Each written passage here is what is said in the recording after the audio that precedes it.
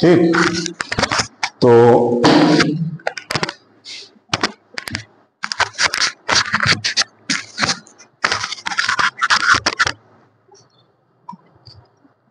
अब हम क्या पढ़ेंगे? चुनाव सुधारों की दृष्टि से महत्वपूर्ण संशोधन। ठीक, एक है 52 52 एंड 91। ठीक, अमेंडमेंट एक्ट ऑफ 52 एंड 91। अब आप थोड़ा सा कल्पना करिए कि जब ये व्यवस्था नहीं थी, जो व्यवस्था 52 के द्वारा की गई, 52 के द्वारा या 91 के द्वारा, तो क्या स्थिति रही होगी? क्या स्थिति रही होगी और ये जरूरत ही क्यों पड़ी? इसकी पृष्ठभूमि क्या थी? पहले हम इसको थोड़ा सा विचार करते हैं। तो ये 52 संशोधन कब आया था? 1985। हाँ, 52 संशोधन कब आया था? 1985। ठीक, उस समय पीएम कौन थे? राजीव गांधी, है ना? पीएम राजीव गांधी थे। ऐसा नहीं है कि उनके पास समर्थन कम था, 400 पार करने वाली सरकार थी ये, 400 से ज्यादा सांसद थे। ठीक है, लेकिन राष्ट्रहित में या संशोधन की आवश्यकता थी, ऐसी व्यवस्था की आवश्यकता थी, तो उस सरकार ने या उस तत्कालीन संसद ने किया। ठीक है, तो इसके पहले स्थिति क्या रही होगी? पहले तो हम पृष्ठभूमि जाने कि राजीव गांधी की सरकार थी, 1985 की स्थिति थी और ईयर था। और इसके पहले स्थिति क्या रही होगी? कल्पना करिए, मान लीजिए कोई व्यक्ति बीजेपी से जीता, ठीक है, बीजेपी के टिकट पर जीता, और वो जीतने के बाद ही डिसाइड कर लेता है कि हम बीजेपी के पक्ष में विश्वास प्रस्ताव में, जब भी विश्वास प्रस्ताव आएगा तो हम बीजेपी के पक्ष में वोटिंग नहीं करेंगे विश्वास प्रस्ताव पर। कहां करेंगे? कांग्रेस। ठीक है, अब यहां स्थिति क्या हो गई कि वो व्यक्ति जीता बीजेपी से, निश्चित है कि मतदाता जो थे बीजेपी के मैनिफेस्टो पर वोटिंग किए थे, है ना, या बीजेपी के घोषणा पत्र पर वोटिंग किए थे। अब वो व्यक्ति चला गया कहां? कांग्रेस में। अब वो कांग्रेस की विचारधारा तो अलग है ना। अब यहां पर जनता के मत का क्या हुआ? जनता के मत का एक प्रकार से अपहरण हुआ, है ना। मतलब कि जनता ने इस विचारधारा को वोटिंग किया था और जिसको अपना प्रतिनिधि बनाया वो इस विचारधारा में चला गया, कि जनता के मत के साथ गलत हुआ। ठीक, सेम यही स्थिति, कोई अगर कांग्रेस से आया, जीता और चला आया बीजेपी में। मैं दो पार्टियों को उदाहरण से ले दे रहा हूं, तो दोनों बड़ी पार्टी है। ठीक, अब ये वोटिंग किया उस व्यक्ति ने इस विचारधारा पर और चला आया इस विचारधारा पर। तो कहने का मतलब है कि ऐसी स्थिति में कुछ न कुछ प्रतिबंध होना चाहिए। ठीक है, कुछ न कुछ प्रतिबंध होना चाहिए, लेकिन इसकी आलोचना भी होती है। दल बदल जो रोका गया, जो आगे चल करके कानून बनाया गया, आलोचना भी होती है। आलोचना किन आधारों पर होती है? अभिव्यक्ति की आजादी, कि मतलब मैं सांसद हूं तो मेरे दिमाग में, मेरी विचारधारा में है, तो मुझे आजादी होनी चाहिए अपनी बात कहने का। ये बात सही है, अभिव्यक्ति की आजादी पर कहीं न कहीं कुछ न कुछ प्रतिबंध लग जाता है। लेकिन सवाल यह है कि आपने जब बीजेपी से टिकट लिया या कांग्रेस से आपने टिकट लिया, तो निश्चित है उस विचारधारा, भारत में दलीय शासन व्यवस्था है। भारत में क्या है? चुनाव प्रणाली या इलेक्शन सिस्टम दलीय है, निर्दलीय नहीं है। यहां पर देखो, निर्दलीय बहुत मुश्किल से लोग जीतते हैं, है ना। तो दलीय है, यहां पर लोगों का समर्थन किसी दल की विचारधारा को होता है। ठीक, तो अगर हम, पहली गलती तो हमने स्वयं किया ना, अगर हमारी विचारधारा, हमारा जो अभिव्यक्ति थी कांग्रेस के साथ नहीं थी या बीजेपी के साथ नहीं थी, तो हम इन पार्टियों में टिकट लेने क्यों गए? गलती तो हमारी है, अर्थात मैं अगर सांसद हूं तो गलती तो मेरी है ना। ठीक, तो यहां पर ये जो दल बदल कानून है अपनी जगह सही है। ठीक, इसकी जरूरत थी और ये कानून लाया गया कब? 52वें संशोधन के द्वारा। कब लाया गया? 1985 में। 52वें संशोधन के द्वारा 1985 में। इसके क्या क्या प्रावधान रहे, अब हम देखेंगे इसके क्या क्या प्रावधान रहे। मतलब कि यह दल बदल को हतोत्साहित किस तरीके से किया। ठीक है, दल बदल हतोत्साहित कैसे हुआ। ठीक है, तब इसमें प्रावधान क्या क्या रहे। ठीक, तो इसमें व्यवस्था जो की गई वो इस प्रकार की, संविधान में 10वीं अनुसूची शामिल किया गया। क्या किया गया? 10वीं अनुसूची। 10वीं अनुसूची। मूल संविधान में कितनी अनुसूचियां थी? 8 अनुसूची थी। फिर 9वीं अनुसूची शामिल कब की गई थी? भूमि सुधारों से संबंधित कानून के संपत्ति के अधिकार को सीमित करने के लिए। ठीक, इसी तरह 10वीं अनुसूची शामिल किस लिए की गई? दल बदल। ठीक, मतलब अगर आपके सामने प्रश्न यह आ रहा है कि 10वीं अनुसूची किससे संबंधित है, तो आप कहोगे दल बदल से। ठीक, कब शामिल की गई? तो 1985 में। और किस संशोधन के द्वारा? 52वें संशोधन के द्वारा। ठीक है, ये बात क्लियर हो गई कि 10वीं अनुसूची शामिल की गई। ठीक है, और क्या किया गया? इसमें स्पष्ट किया गया कि कोई भी व्यक्ति संसद का सदस्य है, संसद का सदस्य है या राज्य विधानमंडल का सदस्य है, राज्य विधान मंडल का सदस्य है, सदस्य है। संसद से मतलब क्या हुआ? लोकसभा और राज्यसभा दोनों हो गया। राज्य विधानमंडल से मतलब क्या हुआ? दल बदल।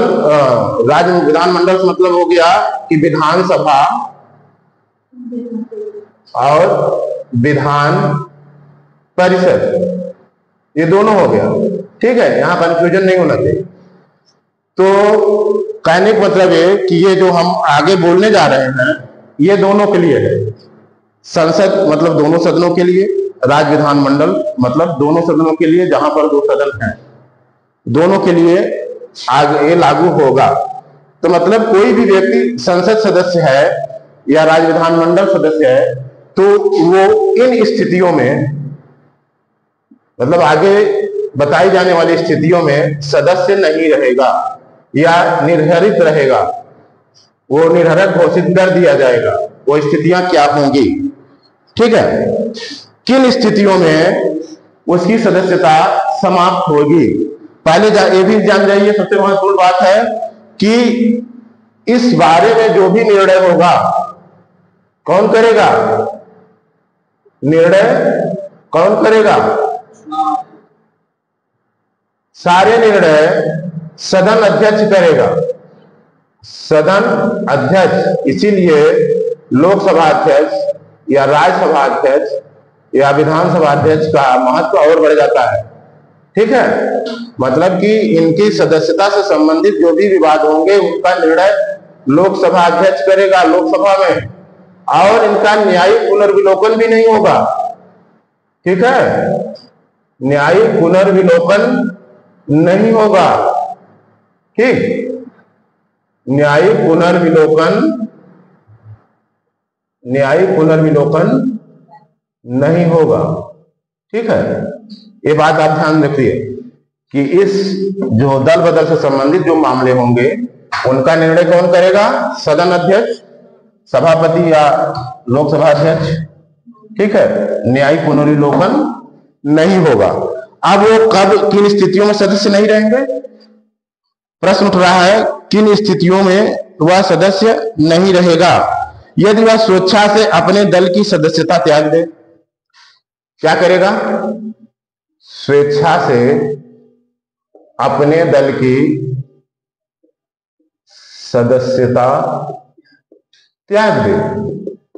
कहने का मतलब है कि वो कांग्रेस से चुन के आया था, उसने इस्तीफा दे दिया कांग्रेस से, अभी अपने सदस्यता से नहीं, अपनी पार्टी से इस्तीफा दे दिया। ठीक है, तब क्या होगा? अपनी पार्टी से, अपने दल से इस्तीफा अगर दे दिया तो उसकी सदस्यता समाप्त हो जाएगी और उसका निर्णय कौन करेगा? लोकसभा अध्यक्ष। अभी हम लोकसभा के परिप्रेक्ष्य में बात कर रहे हैं। ठीक है, दूसरी स्थिति क्या है? निर्दलीय सदस्य किसी राजनीतिक दल की सदस्यता ग्रहण कर लेता है। ठीक है, कोई निर्दलीय सदस्य है, कोई भी निर्दलीय सदस्य के रूप में वो लोकसभा में जीतता है और क्या करता है? किसी दल की सदस्यता ग्रहण कर लेता है। निश्चित ही उसको जनता ने एक निर्दलीय के रूप में जिताया था तो वो सदस्यता ग्रहण कर लेता है। तो ऐसी स्थिति में भी उसका पद या उसका सदस्यता समाप्त हो जाएगी। ठीक है, यह स्थिति हो गई। तीसरी क्या स्थिति है? यदि वह सदन में अपने दल के विरुद्ध मतदान करे। मान लीजिए बीजेपी की सरकार है, ठीक है, वो किसी विधेयक, कोई भी विधेयक प्रस्तुत कर रहा है, कांग्रेस की नीतियां उस विधेयक के विपरीत हैं, कांग्रेस ने अपने सदस्यों को कहा कि इसके विपरीत मतदान करिए और उसके कुछ सदस्य ने, किसी सदस्य ने या कुछ सदस्यों के ग्रुप ने क्या किया कि विपरीत न मतदान करके पक्ष में मतदान कर दिया। मतलब कि जो व्हिप जारी हुआ, जो भी व्हिप अधिकारी ने जो भी निर्देश दिया, हर एक, ये अभी इसकी बात हम चर्चा बाद में करेंगे, हर एक पार्टी का व्हिप होता है, तो उन्होंने जो भी कहा उसके विपरीत, जो भी सचेतक जो भी कहा उसके विपरीत अगर उसने मतदान किया, ठीक, या ऐसा भी कर सकते हैं कि मतदान में भाग न ले, ये भी तो हेल्प है, मतदान में भाग न ले, तो भी ऐसी स्थिति में भी उस सदस्य की सदस्यता समाप्त होगी। ठीक है, सदस्य की सदस्यता समाप्त होगी। लेकिन यहां पर एक प्रश्न यह भी है कि अगर इसने गलती कर ही दी है, गलती कर ही दिया है, तो कभी कभी ये होता है कि राजनीतिक दल सोचते हैं कि हमारा एक सदस्य चला जाएगा और वो सोचते हैं कि या सदस्य की मांग पर उसको माफी प्रदान कर देते हैं। तो अगर वो ये सदस्य जो गलतियां भी कर चुका है 15 दिन के भीतर, कितना, 15 दिन के भीतर अपने दल से माफी प्राप्त कर लेता है तो उसकी सदस्यता नहीं जाएगी, उसकी सदस्यता बरकरार रहेगी, नहीं जाएगी। जैसे मान लीजिए किसी कांग्रेस के सदस्य ने मतदान कांग्रेस की नीतियों के खिलाफ किया, अब उसकी सदस्यता जानी चाहिए, लेकिन इसी कांग्रेस ने आगे चल करके क्या किया? माफ कर दिया। ठीक है, माफ कर दिया, माफी प्रदान कर दी, तो उसकी सदस्यता बच गई, अर्थात बनी रहेगी। एक तो स्थिति यह है कि इस स्थिति में उसकी सदस्यता बनी रहेगी। ठीक है, और जैसे एक स्थिति और है कि मान लीजिए 1/3 सदस्य एक साथ ऐसा निर्णय लेते हैं, 1/3 सदस्य एक साथ ऐसा निर्णय लेते हैं। ये ध्यान दीजिए, ये व्यवस्था अभी 92 में थी, बाद में समाप्त कर दी गई। ठीक, जैसे उस समय व्यवस्था दी गई कि जैसे किसी पार्टी में 8 सदस्य हैं, 8 सदस्य हैं, 8 नहीं 6 निकालिए, जैसे या 9, किसी पार्टी में मान लीजिए 9 सदस्य हैं, ठीक, 9 सदस्य हैं, इसका 1/3 क्या होगा? 3, ठीक। तो 3 सदस्य, अगर 3 सदस्य एक साथ ऐसा निर्णय लेते हैं तो उनकी सदस्यता नहीं जाएगी। उस समय व्यवस्था दी गई कि ताकि वाक अभिव्यक्ति की स्वतंत्रता कुछ हद तक बनी रहे, तो इन्हें में 1/3 सदस्य को क्या कहा कि ये दल का विघटन है, दल का विघटन है। 1/3 एक नए दल के रूप में संगठित हो गए, नए दल के रूप में संगठित हो गए, ठीक है। 1/3 नए दल के रूप में, 1/3 सदस्य नए दल के रूप में संगठित हो गए, तो उनकी सदस्यता नहीं जाएगी। एक प्रश्न ये हुआ, यहां पर बचाव दिया गया था उस समय, ठीक, एक बचाव उस समय और दिया गया था 92 में। दूसरा बचाव यह था कि अगर किसी दल के क्या, किसी दल के 2/3 सदस्य, 2/3 सदस्य किसी भी दल में विलय, अपना वो विलय का निर्णय लेते हैं, तो भी सदस्यता नहीं जाएगी। 2/3 से तात्पर्य है कि मान लीजिए 9 सदस्य हैं, इसमें से 6 सदस्य ये सोच रहे हैं, जैसे कोई छोटा दल है, 6 सदस्य, उस 9 दलीय कोई सदस्य है 9 सदस्यों वाला, तो उसके 6 सदस्य ये कहे कि हम अपना विलय कांग्रेस या भाजपा में कर ले रहे हैं, तो क्या होगा? तब भी इनकी सदस्यता नहीं जाएगी, ठीक, सदस्यता नहीं जाएगी। यहां तक स्थिति तो ठीक थी, लेकिन इसके बाद कुछ लोगों ने, उन्हीं लोगों ने एक नया रास्ता निकाल लिया। नया रास्ता क्या निकाल लिया? नया रास्ता ये निकला कि क्योंकि आपको पता ही है कि भारत में 6 महीने तक आप मंत्री रह सकते हो बिना सदस्य के, ठीक है। तो इसमें यह भी तो हो सकता है कि किसी की सदस्यता चली गई और उस सरकार ने, मान लीजिए वो सरकार में अपने सरकार के पक्ष में मतदान किया, तो उस सरकार ने क्या किया कि उसको मंत्री बना दिया, मंत्री बना दिया। अब ये महोदय 6 महीने तक तो मंत्री बने रहेंगे, ठीक है। यहां पर एक समस्या ये भी आई, दूसरी समस्या ये भी आई कि सबको खुश करने के लिए मंत्रियों की संख्या असीमित हो गई, मंत्रियों की संख्या बढ़ी, पता चले कि 100 मंत्री होने लगे, 80 90 मंत्री होने लगे, इतना बड़ा मंत्रिमंडल। तब महसूस किया गया कि इसको भी सीमित किया जाए, ठीक है, सीमित किया जाए। तो आपने क्या देखा? 2 समस्याएं आई, एक तो सदस्यता गई तो मंत्री बना दिए गए, और मंत्रियों की संख्या भी निश्चित नहीं थी अभी तक, ठीक। तो इन दोनों समस्याओं को समाधान करने के लिए मंत्री नहीं बनाए जाते थे, कुछ और भी, जैसे किसी आयोग के सदस्य बना दिए गए, जहां पर सरकार द्वारा कोई आयोग, जैसे महिला आयोग या बाल आयोग, कोई भी, मतलब जो भी सरकार के, जो जहां पर सरकार के पैसे, मतलब सरकार के द्वारा वित्त पोषण होता है, वित्त पोषण, तो इनको वहां की सदस्यता दी जाने लगी कि तुम सदस्यता हमारा मदद करो, हम तुमको कहीं कहीं बना देंगे।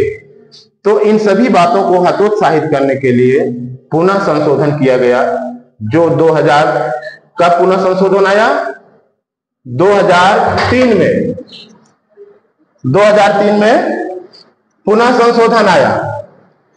इस संशोधन का क्या नाम था? कौन सा संशोधन आया? 91वां संविधान संशोधन। 91वां संविधान संशोधन इन सारी बुराइयों को दूर करने के लिए ही लाया गया। ये बुराइयां क्या क्या थी? पहले आपने देखा सदस्यता गई तो मंत्री बन गए, और या किसी सरकार द्वारा वित्तीय सहायता प्राप्त किसी प्राधिकरण, आयोग आदि के सदस्य बन गए, तो लाभ ही लाभ था ना। तो इसी समस्या को दूर किया गया इस संशोधन में। क्या क्या किया गया इस संशोधन में? पहले तो यह कहा गया कि मंत्रियों की संख्या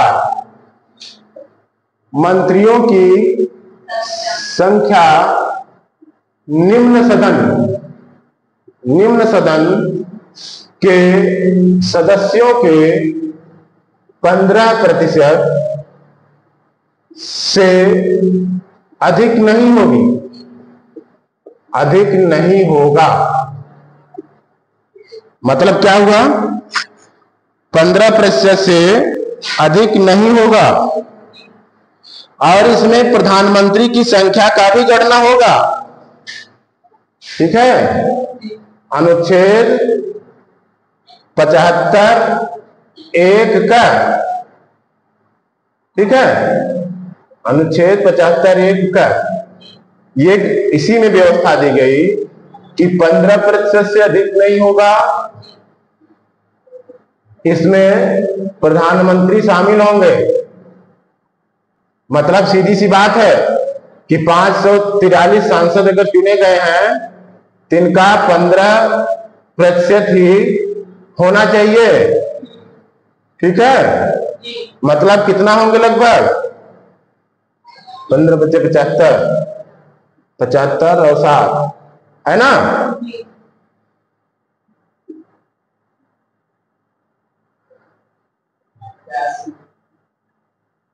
हाँ, ठीक,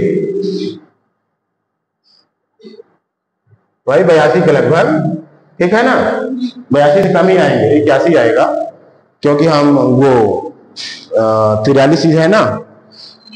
तो मतलब कि इतने से ज्यादा मंत्री नहीं होंगे, अधिकतम। ठीक, अब दूसरी व्यवस्था इसी में थोड़ा सा और जोड़ा गया आगे चल के, वो 164 का राज्यों के लिए। यही बात राज्यों के लिए कही गई। किसमें? 164 का में कितना? 164 का में यही बात राज्यों के लिए भी कही गई। हाँ, ठीक है। राज्यों में मंत्रियों की संख्या विधानसभा सदस्य संख्या के 15% से अधिक नहीं होगी। ठीक है, लेकिन 12 से कम नहीं होगी। कितना? राज्यों के लिए एक बात कह दिया गया कि 12 से कम नहीं होगी, 12 से कम नहीं होगी। कहने का मतलब कि कुछ राज्यों में, जैसे मान लीजिए किसी में सदस्य संख्या 70 ही है, तो अब उसका 15% निकालोगे तो 12 से कम आ सकता है, तो वहां पर मंत्रियों की संख्या कम हो जाएगी। अथवा इस विसंगति को दूर करने के लिए न्यूनतम संख्या भी इसमें शामिल कर दिया गया। ठीक ना। तो ये व्यवस्था दे दी गई कि 12 से कम नहीं होगा। अब निश्चित कर लीजिए, जैसे यूपी में 403 विधायक हैं, तो यूपी में अधिकतम मंत्री कितना होंगे? कितना होंगे? 403 15/100 है ना, 360 लगभग। इतने भी मंत्री अधिकतम हो सकते हैं, इससे ज्यादा मंत्री नहीं होंगे। ठीक है, ये बात समझ में आ गई कि इसी संशोधन के द्वारा मंत्रियों की अधिकतम संख्या सीमित की गई। मतलब कि इतने ही मंत्री होंगे नहीं। अभी तक कुछ करने के लिए या वोट की राजनीति के तहत मंत्रियों की संख्या असीमित हो जाती थी। तो ये व्यवस्था ही बहुत ही सकारात्मक रहा। ठीक है, अगली बात क्या हुई? राज्य विधानमंडल में यदि कोई सदस्य दल बदल के आधार पर सदस्यता निर्धारक करार दिया जाता है, तो ऐसा सदस्य मंत्री होने पर भी, मतलब कि जैसे ये चीज आप ध्यान दीजिए कि इसी में व्यवस्था दे दी गई कि अगर आप दल बदल के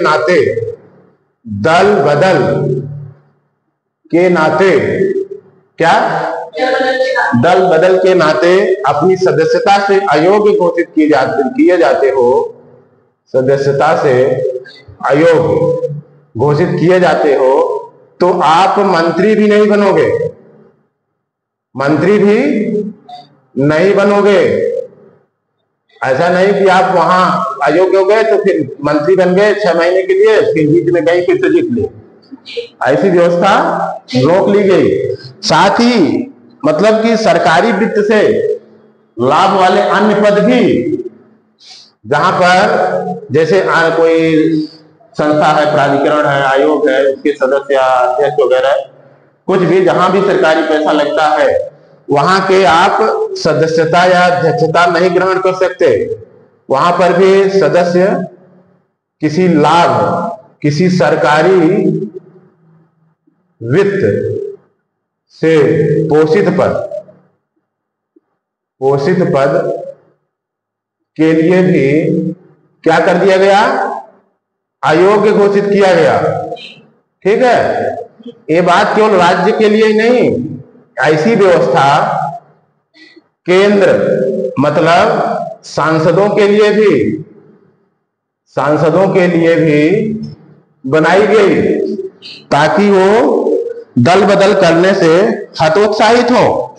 ये बात बिल्कुल समझ में आ गई क्या? 164 एक ख में ऐसी व्यवस्था राज्यों के लिए की गई है, ऐसी ध्यान में रखिएगा।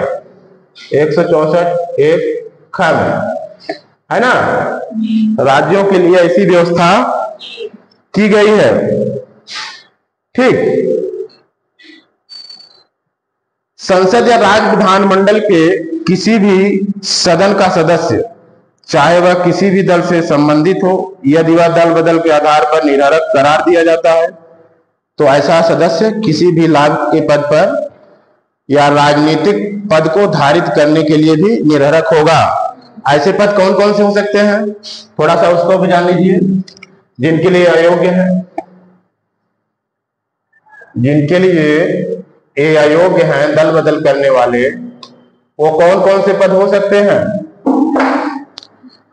कौन कौन से पद हो सकते हैं? केंद्र या राज्य के अधीन कोई पद जहां उस पद के लिए लोक राजस्व से वेतन एवं अन्य सुविधाओं के लिए भुगतान किया जाता है। मतलब कि उपद अगर केंद्र या राज्य का है, वेतन भुगतान वहां से किससे होता है? लोक राजस्व से, मतलब सरकारी पैसे से वेतन भुगतान होता है, तो वहां के लिए ये दल बदल वाले अयोग्य होंगे। दूसरा बात क्या है? केंद्र या राज्य सरकार के प्रत्यक्ष या अप्रत्यक्ष नियंत्रणाधीन कोई पद जहां उस पद के लिए लोक राजस्व से वेतन या अन्य सुविधाओं के लिए भुगतान किया जाता है। ठीक है, मतलब कि कुल मिलाकर के जानते रहिए कि अगर लोक राजस्व से वेतन दिया जा रहा है तो क्या होगा? ये लोग अयोग्य होंगे। क्या होंगे? अयोग्य होंगे। बहुत अच्छी व्यवस्था की गई कि आप दल बदल करोगे तो वहीं से नहीं जाओगे, सदस्यता जाएगी, मंत्री नहीं बन पाओगे, अन्य लोक राजस्व से वित्त पोषित पद भी, लोक राजस्व से पोषित पद भी धारण नहीं कर पाओगे। ठीक है, सिवाय वहां जहां वेतन पारिश्रमिक या छतपूर्ति प्रकृति क्या हो। अगर वेतन पारिश्रमिक या छतपूर्ति प्रकृति क्या है तो 361 एक ख के अनुसार वहां आपको राहत है, उनको राहत है। 361 एक ख। ठीक, अगर किस प्रकृति क्या है? पारिश्रमिक या क्षतिपूर्ति प्रकृति क्या है? पारिश्रमिक या क्षतिपूर्ति प्रकृति का है तो वहां पर राहत है। ठीक है, इसी तरह एक और व्यवस्था की गई इसी संशोधन में। वो क्या किया गया?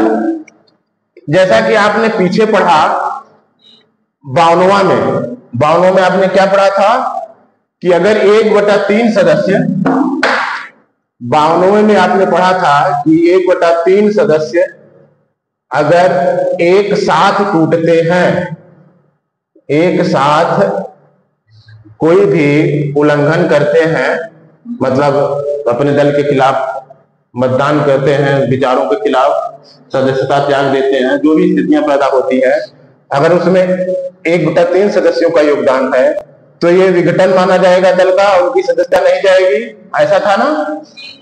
लेकिन ये दोनों व्यवस्थाएं राज्य के संदर्भ में थी, केंद्र के संदर्भ में थी। लेकिन इस संशोधन में इस व्यवस्था को समाप्त कर दिया गया, इस व्यवस्था को समाप्त कर दिया गया। अर्थात आप 1/3 सदस्य हो, भले ही कहने का मतलब भले ही 9 में 3 हो, है ना, लेकिन तीनों लोग जाओगे, क्या तीनों लोग की सदस्यता समाप्त होगी। ठीक है। 10वीं अनुसूची में वर्णित वह उपबंध जिसके अनुसार यदि किसी दल के 1/3 सदस्य दल बदल करते हैं तो उन्हें अयोग्य घोषित नहीं किया जाता था, इस उपबंध को अब समाप्त कर दिया गया। मतलब इस 91वें कौन सा संशोधन, 91वें संशोधन में क्या कर दिया गया, 91 में समाप्त कर दिया गया। 1/3 को जो राहत देने वाले संशोधन था, इस संशोधन को समाप्त कर दिया गया। अर्थात दल बदल पूर्ण रूप से हतोत्साहित हो गया। ठीक है। मतलब दोषियों को फूट के आधार पर, एक मास फूट के आधार पर कोई राहत नहीं दी जाएगी। ठीक। मतलब दल बदल करते हो तो इसके अनुसार जो भी आपको दंड मिलने हैं, मतलब जो भी आपको अयोग्यता मिलनी है वो मिलकर रहेगी। ठीक। इस संशोधन ने दल बदल को और प्रभावी बना दिया। ठीक। क्लियर हो गया।